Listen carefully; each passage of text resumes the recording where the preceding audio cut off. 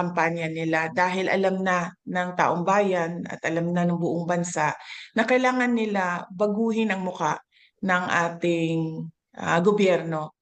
At alam nila na kailangan nilang iboto 10 doon sa mga kandidato na yon.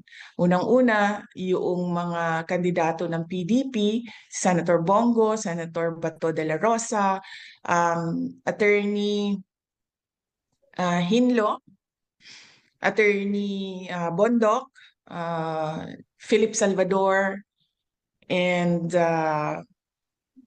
Vic meron pang Rodriguez, ma'am. isa. Vic Rodriguez, ma'am. Vic Vic Rodriguez. Rodriguez is a guest candidate of PDP. So meron pa tayong isang PDP senator.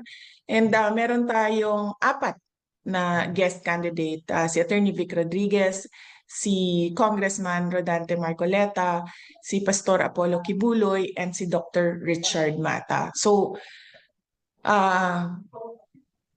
tingin ko yun nga siguro ang dahilan kung bakit inalis or ginawan ng extraordinary rendition ang dating Pangulo dahil mukhang magba-block voting ang buong Pilipinas sa 10 senador.